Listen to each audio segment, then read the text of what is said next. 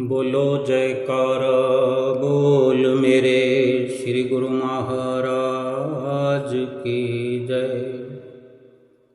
सभी गुरुमुख प्रेमियों से सप्रेम जय सच्चिदानंद। जितना भी परपंच इस संसार में फैला है, जितना भी हमें नज़र आता है, दृष्टिगोचर हो रहा है, हम देख रहे हैं, निश्चित ही ये जो पसारा कुदरत ने किया है, मालिक ने किया है, ये संसार, ये सृष्टि को रचाया है, लेकिन ये व्यवस्था सारी इंसान के लिए, हमारे लिए की गई, हमारे रहने के लिए, खाने पीने के लिए, कर्म भोग भोगने के लिए और कर्म करने के लिए। कर्म प्रधान है ऐसा कहा जाता है, माना जाता है, और हम सुनते समझते आए हैं, और ऐसा ही है। कर्म प्रधान विश्व कर राखा, जो जस करहि सो तस फल चाखा। कितना सुंदर वचनों में, सुंदर शब्दों में लिखा होता है, उसको सुंदर शब्दों में गाने वालों ने गाया भी है। हम इतना सुंदर लहजे में न गा सके हैं, लेकिन भाव को समझा जा सकता है। जैसे गाने वाले गाते हैं प्रेमी, कर्म प्रधान विश्व कर राखा, जो जस कर्म करहि तिस फल चाखा, जो जस करहि तिस फल चाखा। कि कर्मों का ही सारा ये खेल है जो सृष्टि में रचा हुआ हम देख रहे हैं, कि कर्म ही प्रधान बन करके आज फल देने को आए हैं हर किसी के जीवन में। कर्मों का ही ये खेल है। जिसने जैसा कर्म किया उसको प्रारब्ध बन करके कर्मों का लेखा जोखा उसमें सब भरा हुआ है, सबको मिला हुआ है। और फिर ये जो जीवन अभी हमारे हाथ में है, सृष्टि के रचना में ये भी तो शामिल है कि हम जन्म लेकर इस संसार में आए हैं। ये सारी संसार की रचना, सारी कायनात, इसमें जो भी दृष्टमान रचना में हम देख रहे हैं, समझ रहे हैं, महसूस कर रहे हैं, सारी रचना इंसान के लिए है, जीव जंतुओं के लिए है। 84 लाख योनियाँ भी तो इसी संसार में विचर रही हैं, रह रही हैं, जीवन यापन कर रही हैं। वो भी तो अपने भोग भोग रहे हैं, और हम मनुष्य भी भोग भोग रहे हैं। लेकिन फर्क है, बहुत बड़ा फर्क है ये, कि वो केवल भोग रहे हैं, हमें करने के लिए भी अवसर प्रभु ने दिया। ये जो रचना प्रभु ने रचाई है, इसका यही सत्य है कि इंसान कर्म करके आया है, कर्मों के अधीन हुआ, दुख भी भोग रहा है, सुख भी भोग रहा है, और फिर से कर्म करके अपने लिए एक नई मिसाल कायम कर सकता है। ये जीवन मिला है तो हम खुद विचार करें, आज हमारा जीवन सुखी है, दुखी है, हम अनुभव करते होंगे। अगर नहीं इस प्रकार से सोचते हैं, नहीं सोचा है, तो आज ये अपने अंदर ये अनुभव करके देखें, विचार करके देखें कि हम सुखी हैं, अगर हम सुखी हैं तो किस प्रकार से, किस कदर सुखी हैं, किस कारण से हम अपने सुखी होने का क्या कारण मानते हैं? हमारे पास धन बहुत है, सुख के साधन बहुत हैं, हम स्वस्थ हैं, हमारे पास नौकर चाकर बहुत हैं, या हमारे मुंह से बात निकलती है और पूरी हो जाती है, इस तरह का जीवन हम जीते हैं, यही सब हम कारण मानते हैं कि हम सुखी हैं? तो जरा ये भी विचार करें साथ के साथ कि जो ये कारण हम समझते हैं अपने सुखी होने का, कोई भी कारण, कोई पुख्ता सदा के लिए रह सकता है? जो साधन हमारे सुखी होने का कारण है, वो साधन क्या हर वक्त इसी प्रकार से हमें प्राप्त रहेंगे, या हम उन साधनों को अपनाने के लिए, भोगने के लिए, लाभ उठाने के लिए प्रस्तुत रहेंगे? अगर हमारे पास बादामों का ढेर लगा हुआ है, बादाम का दलिया खाते हैं, ड्राई फ्रूट खाते हैं, फल फ्रूट खाते हैं, तो इस नज़रिए से अगर हम अपने आप को सुखी मानते हैं, ये उदाहरण के तौर पर हम चर्चा करते हैं समझने के लिए, तो बादाम हो सकता है हमेशा ना रहे। चलो, बादाम हमारे पास कभी ख़त्म नहीं होने के, लेकिन हमारे पास दांतों का अभाव हो जाए, कभी तो वो घड़ी आ ही सकती है, दांत कमज़ोर हो जाएं या दांत गायब हो जाएं, या कोई और कारण ऐसा हो जाए कि बादाम नुकसान भी करने लगे, या हमारा मन भर जाए, तो फिर क्या हम सुखी नहीं रहेंगे? यानी इस प्रकार के और भी कारण हमने माने हैं, अपने सुखी होने का कारण माना है, तो वो साधन तो कभी भी हमसे अलग हो सकते हैं या हम उनसे अलग हो सकते हैं, तो ये सुखी होने का कारण ठीक नहीं है, क्योंकि ये जितना भी प्रपंच है कि नौकर चाकर हैं, साधन हैं, और कई तरह के हम जुबान चलाते हैं, कुछ शब्द बोलते हैं और हमारी मांग पूरी हो जाती है, तो एक अवस्था ऐसी आ जाती है कि हम मांगते कुछ हों और मिलता कुछ हो। हम कुछ मांग करेंगे, सुनने वाले को कुछ और सुनाई देगा। बेशक हमारे चारों ओर नौकर चाकर खड़े होंगे, समझने के लिए ये इशारा है। धन धान्य से भरपूर होना इंसान के सुखी होने का कारण नहीं हो सकता, क्योंकि बड़े बड़े राजा दुखों से बेजार लाचार होकर के हाय हाय करते हुए इस दुनिया से गए हैं, इतिहास साक्षी है। और अनेकों ऐसे गरीब से गरीब खुशहाल जीवन व्यतीत करके गए। एक व्यक्ति था, हमेशा ईश्वर के नाम का भजन करता रहता था। कहते हैं ना कि फला व्यक्ति भजन करता है, वो भगवान का भजन करता था, करता रहता था।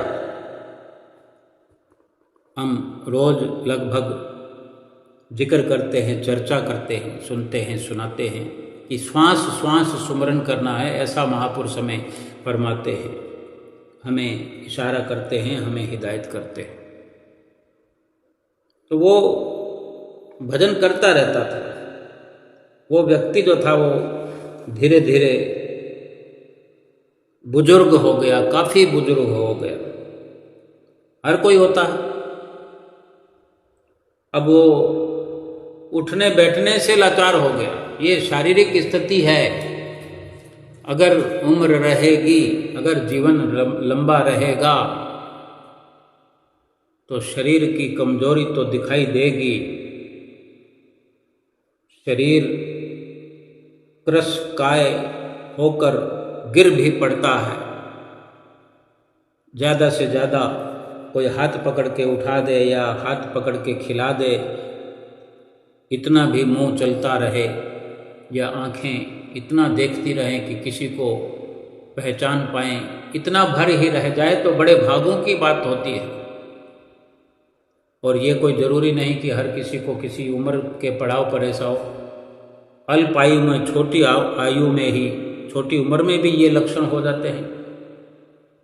यानी शरीर सुंदर हो, हष्ट पुष्ट हो, इसलिए कोई सोचता हो कि मैं सुखी हूँ, तो उसकी भी कोई मियाद तो नहीं है। संसार के किसी भी साधनों की, किसी रिश्तों की, अपनों की, बेगानों की कोई मियाद नहीं है, कोई गारंटी नहीं है कब क्या कुछ एक्सपायर हो जाए। रिश्तेदार तो वही रहते हैं, परिवार तो वही के वही रहते हैं, लेकिन चेंज इतना हो जाता है कि हमें पहचानना छोड़ देते हैं। वो व्यक्ति जो था बुजुर्ग हो गया था, फिर केवल कमरे में ही अपने रहता था, अपनी चारपाई पे पड़ा रहता था, उठ सकता था, उठ जाता था, लेकिन उठकर चलना फिरना मुश्किल हो गया, धीरे धीरे कमज़ोर होता गया। जब उसे शौच के लिए या बाथरूम जाना हो, स्नान के लिए जाना हो, तो बेटों को आवाज़ लगा पाता था, बस इतना ही करता था, और बेटे उसे पकड़कर ले जाते थे। धीरे धीरे कुछ दिन बाद बेटे को कई बार आवाज़ लगाने के बाद भी देर लगा देते थे, और कभी रात का समय हो, जैसे रात को 1 बजे 2 बजे। अब इंसान को कभी भी किसी भी वक्त दिक्कत हो जाती है, परेशानी हो जाती है, शौच की स्थिति हो जाती है, पेशाब की हाजत हो जाती है, और बुलाने पर रात को कोई हो सकता है नींद गहरी होने के कारण बेटे सुन नहीं पाते, या सुनकर भी आलस करते हैं कि अभी उठता हूँ। इतने में कपड़े गीले हो जाते हैं, शौच कपड़ों में आ जाता है। तो फिर वही स्थिति जब बेटों के सामने पेश आती, फिर वो बदबूदार कपड़े और बदबूदार बदन पिताश्री का उन्हें बहुत खलता था। बड़ी मुश्किल होने लगी, कभी पहुँचते कभी नहीं पहुँचते,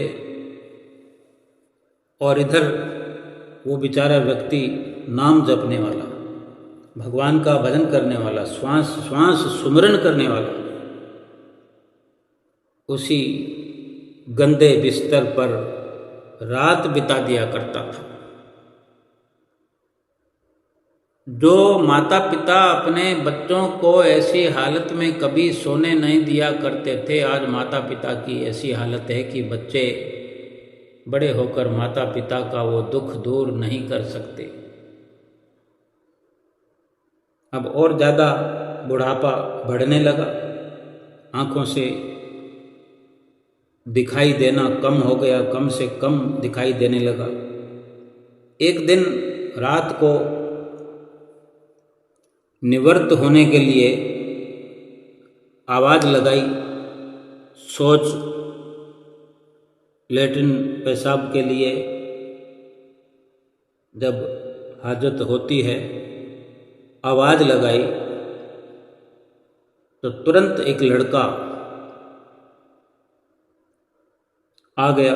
अब उसको दिखाई नहीं देता, एक बेटा उसके पास दौड़कर आ जाता, आवाज़ लगाई और हाजिर हो गया, और बड़े ही प्रेम से उसको, उस व्यक्ति को निवृत्त करवाकर बिस्तर पर वापस लेटा दिया और खुद भी चला गया। अब ये रोज का नियम हो गया, जब भी आवाज़ लगाए तो वो बेटा आ जाए। एक रात को सोच विचार करते हुए उस व्यक्ति को, बुजुर्ग को शक हो गया, संदेह होने लगा कि ये कैसे मुमकिन है कि बीच में ऐसी अवस्था हो गई थी कि मैं कई कई आवाज़ें रात को लगाता रहता था तो कोई भी बेटा नहीं आता था। कई बार ऐसा अवसर आता था, लेकिन अब लगातार कुछ समय से ऐसा चल रहा है कि मैं आवाज़ लगाता हूँ, आवाज़ लगाने की देर है, कोई ना कोई बेटा आ जाता है। और जिन हाथों से मुझे पकड़कर उठाना बिठाना बेटे करते हैं, वो हाथ बड़े कोमल मुलायम मुझे महसूस पड़ते हैं। महसूस होता है कि हो ना हो कोई और व्यक्ति है ऐसा, मेरे बेटे नहीं हो सकते। एक रात जब आवाज़ लगाता है वो वृद्ध बुजुर्ग, और जब वो बेटा आ जाता है आवाज़ लगाते ही, तो जब वो जाने लगता है तो वो बुजुर्ग उसका हाथ पकड़ लेता है और पूछने लगता है कि सच सच बता कि तू कौन है। तू मेरा बेटा तो नहीं हो सकता, क्योंकि मेरे बेटे ऐसे नहीं हैं। अब पूछ लिया बुजुर्ग ने, तो क्या देखता है कि कमरे के अंदर एक अलौकिक प्रकाश हो गया। अलौकिक यानी एक विचित्र प्रकाश, ना बल्ब जगाया, ना कोई लालटेन जगाया, ना कोई टॉर्च वगैरह, कुछ नहीं किया उजाला करने के लिए, और वो अलौकिक बड़ा मनमोहक प्रकाश उजाला हो गया। और जो लड़का उसके बुलाने पर आया करता था, उसने अपना ईश्वरीय रूप, भगवान का रूप धारण करके, यानी अपना वास्तविक रूप उस प्रकाश में प्रकट कर दिया। और उसको देखने के लिए भी अपनी ओर से आशीर्वाद प्रदान किया कि वो ठीक से देख पाए। तो वो बुजुर्ग व्यक्ति रोने लग जाता है। आंखों से आंसू बहते हैं, रोते हुए कह रहा है, हे प्रभु, हे मेरे मालिक, हे दयालु, आप स्वयं मुझे लेटरिन पेशाब करवाते रहे। ऐसा कार्य आप करने के लिए रोज आते रहे। मुझ पर आपकी इतनी प्रसन्नता, ऐसा कार्य करने के लिए आवाज़ लगाने की देर होती थी, बस आवाज़ लगाई नहीं कि आप आ जाते थे। मैं इतने दिनों तक सोचता रहा और मैं समझ ना पाया, और आज मुझे आपके आशीर्वाद से ही, ये प्रेरणा से ही, मैं आपकी ही प्रेरणा से मैं समझ पाया कि हो ना हो ये मेरे बेटे नहीं हो सकते। आप इतने ही प्रसन्न हो मुझ पर, तो मुझे मुक्त कर दो प्रभु। तो प्रभु क्या कहते हैं, भगवान क्या कहते हैं उस वृद्ध से कि जो आप भुगत रहे हैं वो आपके प्रारब्ध हैं। आप मेरे सच्चे सेवक हैं, साधक हैं, मेरा नाम जपने वाले हैं, हर समय मेरा नाम जपते रहते हैं, मेरा भजन करते रहते हैं। इसलिए मैं आपके प्रारब्ध भी, आपके कर्म भी, आपके भोग भी आपकी सच्ची साधना के कारण खुद साथ में रहकर कटवा रहा हूँ, सूली का कांटा बना रहा। व्यक्ति कहता है, वृद्ध, वो बुजुर्ग कहता है कि क्या मेरे प्रारब्ध आपकी कृपा से भी बड़े हैं? क्या आपकी कृपा मेरे प्रारब्ध समाप्त नहीं कर सकती? तो प्रभु कहते हैं कि मेरी कृपा सर्वोपरि है। मेरी कृपा में ये कोई संशय नहीं कि आपके दुखों को, प्रारब्ध को समूल मिटा न सके। बिल्कुल मेरी कृपा में वो ताकत है, लेकिन फिर अगले जन्म में आपको ये प्रारब्ध भुगतने पड़ेंगे, फिर से आना पड़ेगा। इन पिछले कर्मों को बाकी रह जाने के कारण फिर जन्म लेना पड़ेगा। और बाकी तो आप रात और दिन जो भजन कर रहे हो, उनमें कोई लेखा जोखा नहीं कि उनकी वजह से तुम्हें आगे के लिए जो आप कर रहे हो, आपका खाता साफ है। इसलिए आपके जो प्रारब्ध हैं, जो दुख हैं, जो भोग हैं, मैं खुद अपने हाथों से कटवा कर भी इस जन्म मरण से आपको मुक्त कर देना चाहता हूँ। ईश्वर कहते हैं, भगवान कहते हैं कि प्रारब्ध 3 तरह के होते हैं, मंद, तीव्र और तीव्रतम। मंद प्रारब्ध जो हल्के दोष होते हैं, हल्के पाप होते हैं, जैसे जाने अनजाने में कोई हम पाप कर देते हैं, कोई मच्छर मक्खी हमारे हाथों से, हमारी गाड़ी के नीचे आने से, और भी कोई चूहे, खटमल, कीटाणु पिटाणु, बेअनंत पाप हमसे होते हैं। उनका तो हमें पता भी नहीं है।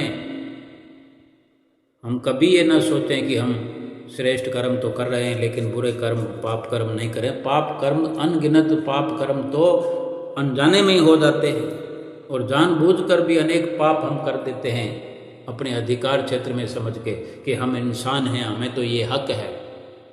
हमने किसी चूहे को पकड़ के मार दिया, या किसी गाय को सोटी मार दी, कुत्ते को सोटी मार दी, हमारे अधिकार क्षेत्र में नहीं है।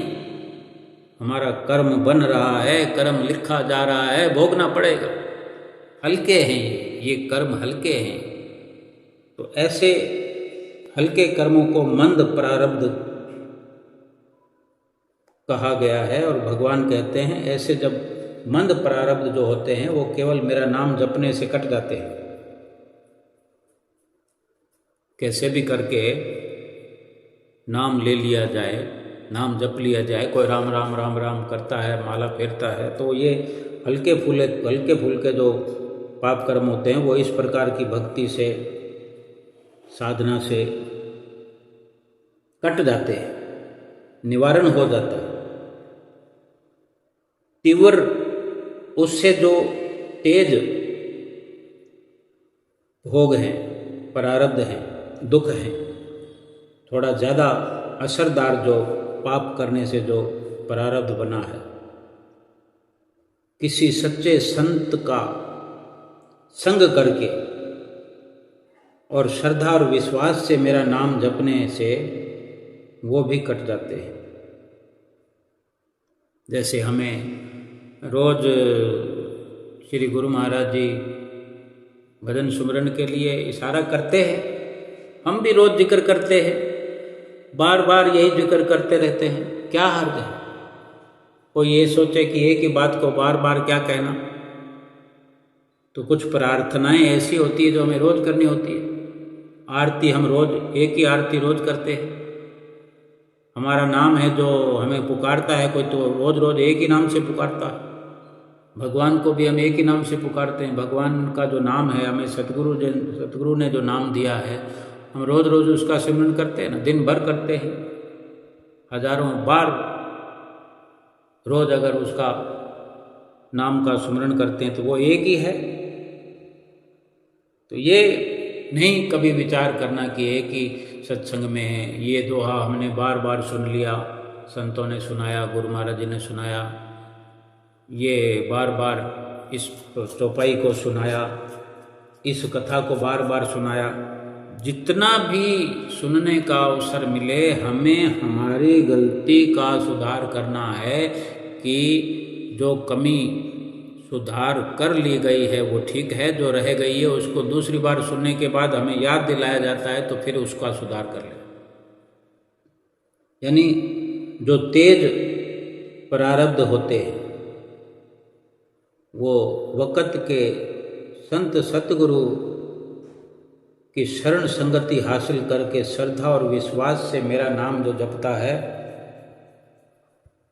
वो तेज असर वाले दुख भी कट जाते हैं। और इससे भी अधिक बहुत घातक, जैसे कत्लो गैरत में हम पड़े हों, जुल्म किया हो, नरसंहार किया हो, अनेकों हत्याएं की हो, जीव हत्याएं की हो, चाहे जानवरों की करें चाहे इंसानों की करें, बहुतों का दिल दुखाया हो, तो ये बड़े तीव्र तेज असर वाले प्रारब्ध होते हैं, दुख होते हैं, भोग होते हैं। इनको चाहे कितना ही भजन करें हम, भक्ति करें, लेकिन वो इतना असर होता है कि वो हमें अपने शरीर पर कष्ट भुगतने ही पड़ते हैं। वो दिखने दिखाने में आता है असर। हल्के प्रारब्ध तो नाम जपने से ऐसे मिट जाते हैं जैसे कुछ हुआ ही नहीं, कोई हलचल नहीं होती, ना हमें पता लगता है, क्योंकि हम अपना नाम सुमरने का, भजन अभ्यास करने का अपना नियम बनाए हुए हैं। कितने लाखों करोड़ों पाप कर्म हमारे रोज के रोज भस्म हो रहे हैं, हमें पता भी नहीं है। पता तो हमें तब चलता है कि एक छोटी सी सुई चुभ जाने से, थोड़ी सी फुंसी हो जाने से, शरीर में कहीं कहीं खाज खुजली हो जाने से, बुखार हो जाने से भी नानी याद आ जाती है। थोड़ा सा जुखाम हो जाए,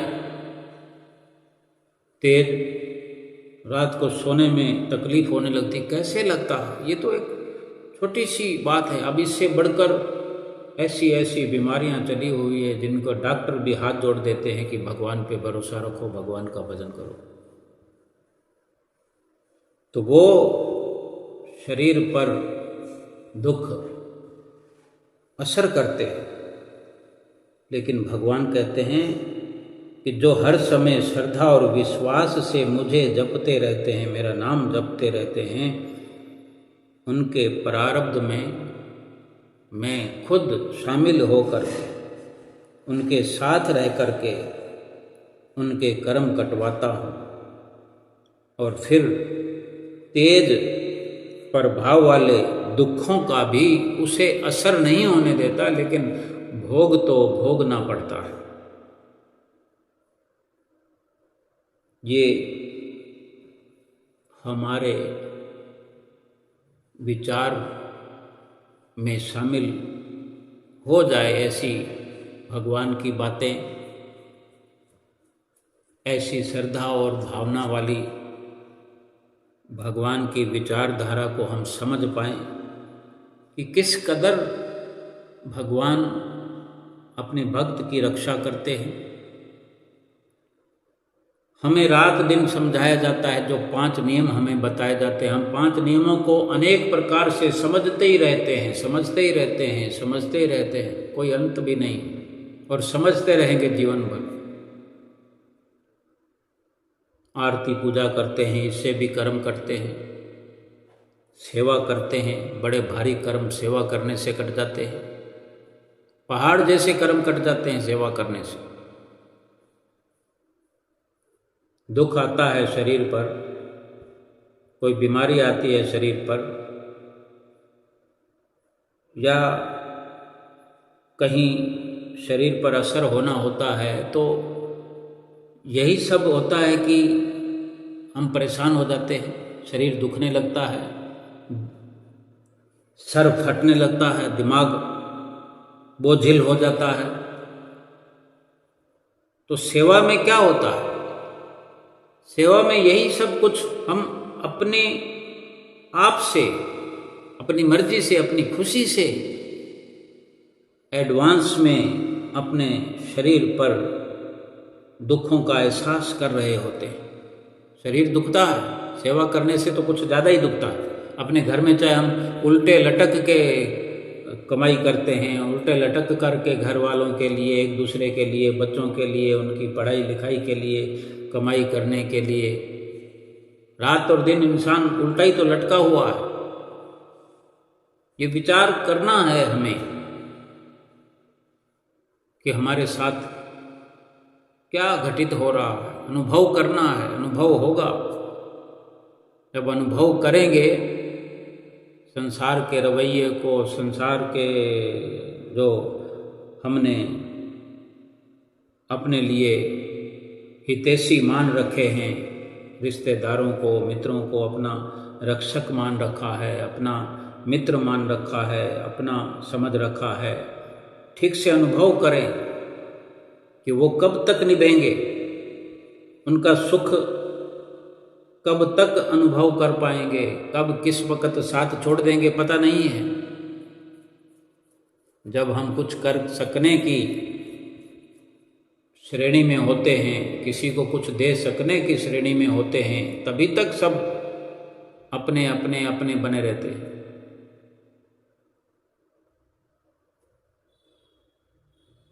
विपद परे सब ही संग छाड़त को न आवत नेरे। दुख में बहुत आन मिलत बहु तेरे, विपद परे सब ही संग छाड़त को न आवत नेरे। कि दुख आने की देर है, हम पर दुख आया नहीं कि हमारे वो अपने से लगने वाले, मित्र लगने वाले धीरे धीरे धीरे धीरे सब खिसक जाते हैं। उनका अनुभव आज करना है। अगर आज कर लिया तो सच्चा हितैषी कौन है, मित्र कौन है, रक्षक कौन है, इसकी हम खोज कर सकते हैं। महापुरुष तो हमें तो रोज समझाते हैं कि अपना सतगुरु है। माया सगी न तन सगा, सगा न ये संसार, सगा तो है इस जीव का सतगुरु सिरजनहार। जिसने इस संसार में भेजा है, जिसने सृष्टि को रचाया है, जिसने हमको बनाया है, वही है हमारा। और वो सतगुरु के रूप में अवतरित हैं इस धरा धाम पर। रोज हम सुबह शाम दर्शन करते हैं। उनके वचनों की पालना नित्य प्रति किया करें। एक पंचम पातशाही गुरु महाराज जी की भी अनमोल लीला है। एक बार किसी भक्तानी को ब्रेन ट्यूमर, जिसको कि वो दिमाग का कैंसर जिसको कहते हैं, दिमाग का कैंसर हो गया। अब ये ऐसे ही इतना ही सुनते हैं कि फलां व्यक्ति को, फलां औरत को ब्रेन ट्यूमर हो गया, सुनकर ही दिमाग हिल जाता है, इतना पता है। सीधे शब्दों में कहें कि कैंसर हो गया, और वो भी दिमाग का, हाथ पैर में आए हो तो समझ आता है, दिमाग का हो तो बड़ा जटिल होता है ये। और वो कंडीशन उसकी भक्त्यानी की लास्ट स्टेज पर थी कि अब लास्ट स्टेज पर कोई भी बीमारी हो जाए तो बड़ी मुश्किल हो जाती है। सब डॉक्टरों ने जवाब दे दिया, डॉक्टरों ने सारी उम्मीद छोड़ दी कि अब ब्रेन ट्यूमर है, दिमाग का कैंसर है, वो भी लास्ट स्टेज पर है। और ये भी बता दिया अपनी मशीनरी के परीक्षण से, जांच वगैरह जो होती है, 1 महीने का समय बताया कि 1 महीने का अब इसके पास समय है। अब वो भक्तानी जो समझ रही है इन बातों को कि 1 महीने का समय है, उसके दिल में, उसके दिमाग में एक ही धुन सवार हो गई। उसने बिल्कुल परवाह नहीं की कि मुझे क्या बीमारी है, ब्रेन ट्यूमर है तो है, और उसके मन में श्री गुरु महाराज जी की प्रेरणा हुई। गुरु महाराज जी की प्रेरणा के बिना तो ये संभव नहीं है, और होती अपनी भक्ति है। जीवन भर अगर हम सतगुरु के बताए हुए रास्ते में चलते हैं तो सतगुरु तो हमारे साथ हैं। भगवान ने कह दिया अपने वचनों में कि मैं अपने साधक के साथ, सेवक के, भगत के साथ रह कर के मैं उसके कर्म कटवाता हूँ। तो सूक्ष्म रूप में, शब्द रूप में सतगुरु हमारे साथ ही होते हैं। अभी भी हैं, कल भी थे, आज भी हैं, आगे भी रहेंगे। इस लोक में भी हैं, परलोक में भी रहेंगे। तो उस भक्त्यानी ने हिम्मत जुटाई, सतगुरु के इशारे को समझा। पंचम पातशाही गुरु महाराज जी के समय की ये लीला है। तो मन में विचार किया कि मरना तो वैसे ही है, तो आखिर बार अब समय थोड़ा ही है, पता लग गया है, तो मैं श्री गुरु महाराज जी के अंतिम बार दर्शन कराती हूँ। श्री गुरु महाराज जी के दर्शन करने चली जाती हूँ, ताकि मैं अपने प्यारे श्री सतगुरुदेव महाराज जी के दर्शन तो कर लूँ। वो भक्तानी परिवार को कहती है, भाई आपने बहुत कुछ किया मेरे लिए, थोड़ी और मेरे लिए कोशिश कर दो और मुझे श्री गुरु महाराज जी के दर्शन करने ले चलो। परिवार के सहित श्री गुरु महाराज जी के चरणों में पहुंच गई, दरबार में पहुंच गई, और दर्शन खुले हैं तो श्री गुरु महाराज जी के चरणों में जाकर दंडवत प्रणाम करके अपने श्री गुरु महाराज जी का सुंदर दर्शन करते ही रोने लगी। अब ये तो अपने अनुभव की बात है कि हम सतगुरु को क्या समझते हैं, श्री गुरु महाराज जी को क्या समझते हैं। अपना समझते हैं तो उसका असर जो है चरम सीमा पर पहुंच जाता है, कि जिसने जीवन भर सतगुरु को ही अपना समझा है। महापुरुषों ने तो फैसला दे दिया है शास्त्रों में, ग्रंथों में, इतिहास गवाह है, कहीं भी नहीं लिखा हुआ कि ये दुनिया का कोई भी इंसान किसी का सगा हो सकता है। साफ साफ निर्णय है कि माया सगी न तन सगा, सगा न ये संसार। सगा तो है इस जीव का सतगुरु सिरजनहार, कि वही सगा है। और इसी प्रकार से जिसने अपने सतगुरु को अपना बना करके, सतगुरु को अपना समझ करके जीवन जिया है, नाम सुमरण किया है, वो अपने सतगुरु के सामने जाएगा तो अवश्य रोएगा, जारो जार रोएगा। क्यों? कि भली बुरी सब कुछ अपने सतगुरु के आगे खोल के रख देगा।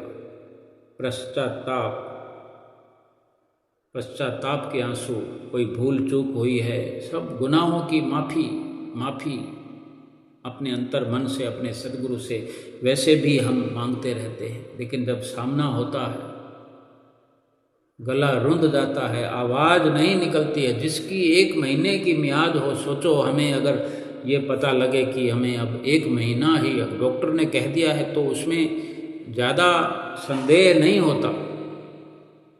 जहाँ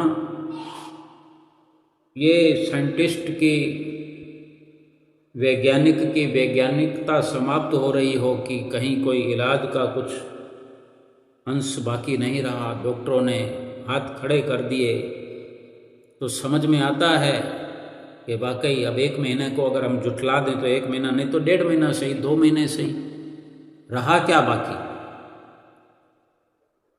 और ऐसी घड़ी में श्री गुरु महाराज जी के दर्शन कर रही है और रो रही है। श्री गुरु महाराज जी ऐसी अवस्था में गद कंठ से पूछते हैं, जैसे गद कंठ से भक्त विनती करता है, या गद कंठ से रोना निकल आता है। होंठ फड़फड़ाते हैं, कुछ शब्द निकलते नहीं बनते, आवाज़ नहीं निकलती, तो सतगुरु भी उस पर अपना सर्वस्व प्यार लुटा देते हैं। बड़े प्रेम से पूछते हैं। श्री गुरु महाराज जी ने अपनी मौज से सारा हाल पूछ लिया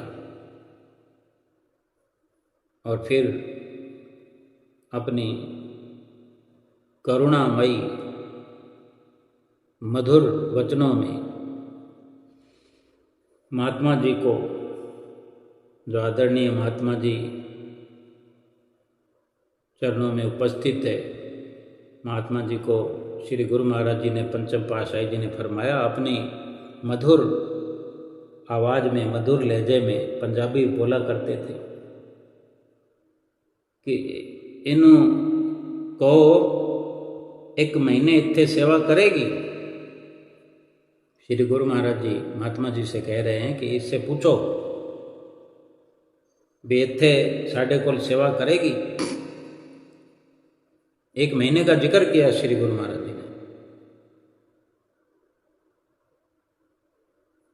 तो महात्मा जी ने जो वचन श्री गुरु महाराज जी ने किए वही वचन भक्तानी को सुना दिए। अब भक्तानी तो अपना सब कुछ लुटाने को तैयार है, वैसे भी वो सब कुछ, उसका संसार उजड़ चुका है, सब कुछ लुट चुका है, क्या बाकी है। लेकिन कोई इतना ऐसा साहस तो करे, कोई ऐसा अपना साहस तो दिखाए कि ऐसी अवस्था में आज कौन गुरु महाराज जी के पास रहना चाहेगा। आप और हम विचार तो करें कि अगर डॉक्टर ने कह दिया हो कि महीना या 2 महीने जीवन है, बाकी बस लास्ट स्टेज है, ऐसी अवस्था में हर कोई अपने घर जाना चाहेगा। कोई गुरु महाराज जी के पास नहीं रहना चाहेगा। कोई विरले भगत सेवक जो सतगुरु से प्यार करते हैं, वही वो भक्तानी ने जो दिल करके आई थी, जो आज ऐसी अवस्था में कोई लाखों में कोई विरले पहुंचते हैं, बाकी तो घरों में ही उनकी मृत्यु हो जाती है। कोई ले जाने वाला नहीं और कोई जाने वाला नहीं।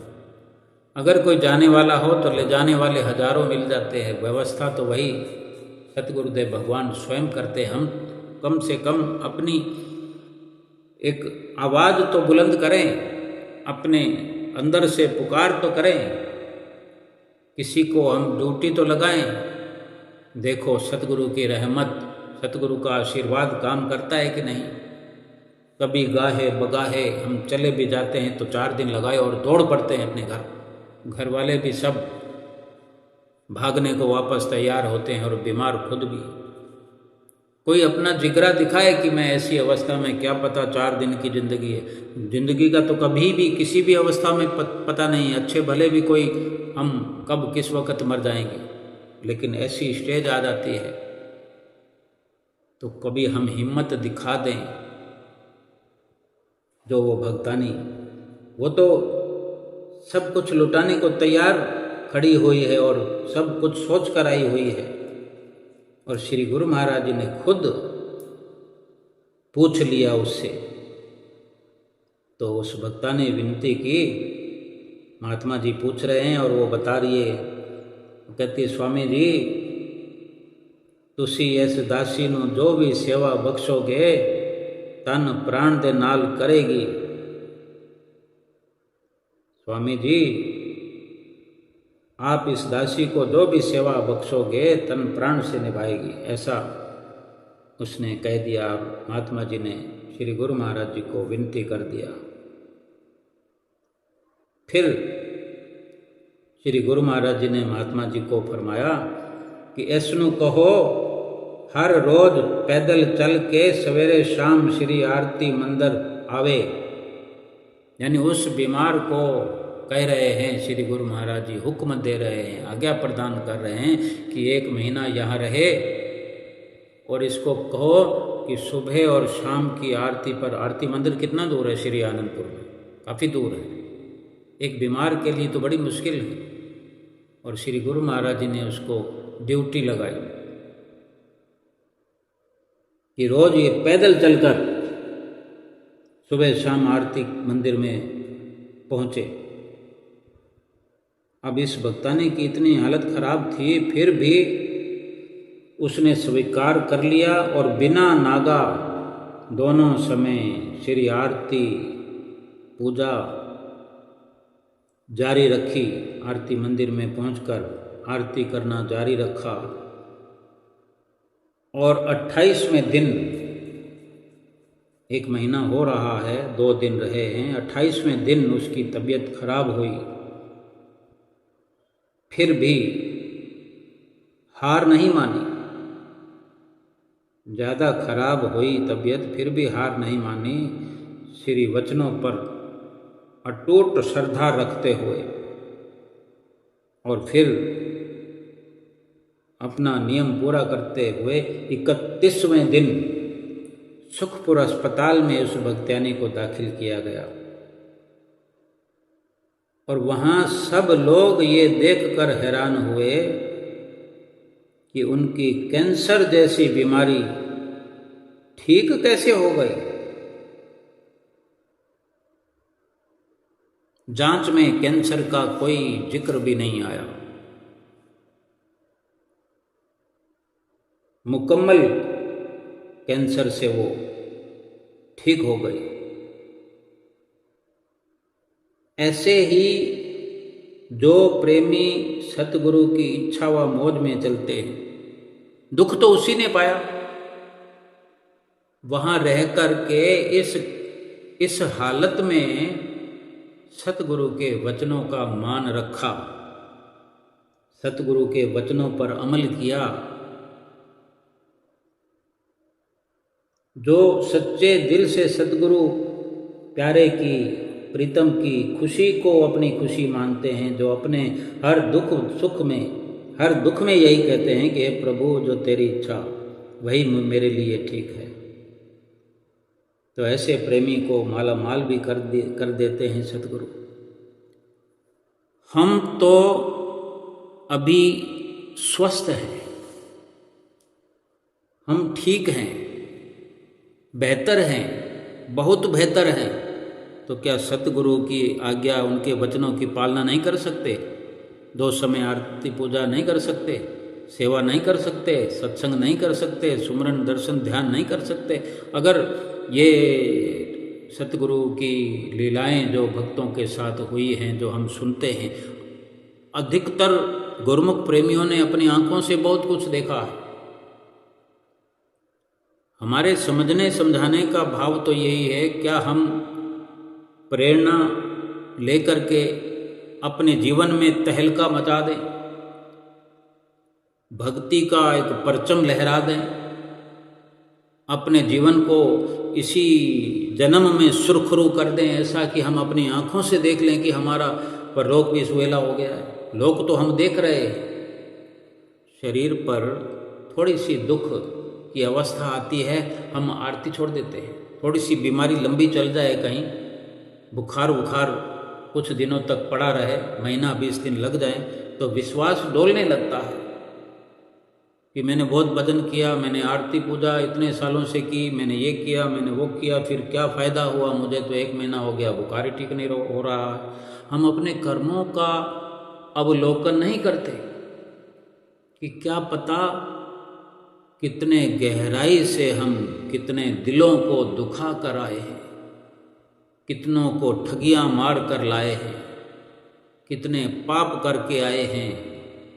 क्या पता कितना तो हमारे सतगुरु ने पता ही नहीं लगने दिया और हमारे दुखों को काट दिया है। जो हम कहते हैं भजन सुमरन करते हैं, आरती पूजा करते हैं, तो ये अपने अनुभव की बात है। अनुभव किया करें तो पता लगेगा कि दुख तो हमारे सतगुरु काट रहे हैं, हमारे पास आने ही नहीं देते। अगर थोड़ी सी दुखों वाली अवस्था हम देख पा रहे हैं, शरीर पर कुछ ऐसी अवस्था आ गई है, तो शरीर तो आज नहीं तो कल विनश जाएगा, जल जाएगा, मिट्टी में मिल जाएगा। लेकिन हम हर घड़ी में, हर स्थिति में सतगुरु को अपना हितैषी समझ करके अपना लोक परलोक संवारने में लगे रहे। श्वास श्वास नाम जपें, श्वास श्वास में सुमिरन करने का जज्बा बनाए रखें। सतगुरु को अपना हितैषी, परम हितैषी समझते हुए, अपना रिश्तेदार समझते हुए, अपना सगा समझते हुए, हर वक्त सेवा का भाव लिए हुए जब भी दरबार में जाएं, श्री चरणों में सेवा की मांग करें और उस सेवा को प्राणपण से निभाने की कोशिश करें। सारी शक्तियाँ सतगुरु से मांगनी है। सतगुरु ही सेवा देने वाले हैं, सतगुरु ही सेवा करवाने वाले। कम से कम मांग तो हम कर सकते हैं, बस यही मांग करें, भक्ति दान मोहे दीजिए गुरुदेवन के देव, और कछु नहीं चाहिए निस दिन तुमरी सेव। बोलो जयकारा बोल मेरे श्री गुरु महाराज की जय।